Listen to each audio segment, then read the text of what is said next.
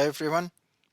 In today's tutorial, I will show you how to delete all pictures in active worksheet or whole workbook with Kutools for Excel. Kutools for Excel's delete illustrations and object can remove all pictures immediately, no matter whether they are in the active worksheet or the whole workbook. Click the Kutools tab. In the editing group, click the delete drop-down list and click delete illustrations and objects.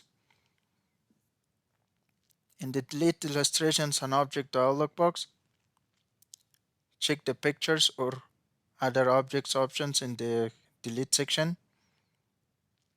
And if you want to delete all pictures in the whole workbook, check the all sheets option in the locate section.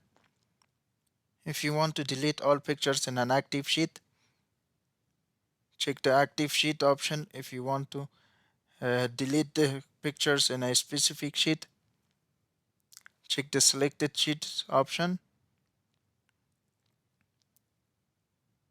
I will select active sheet, then click the OK button, and all of the pictures have been deleted from the active sheet as I selected. Thanks for watching and please subscribe for more videos.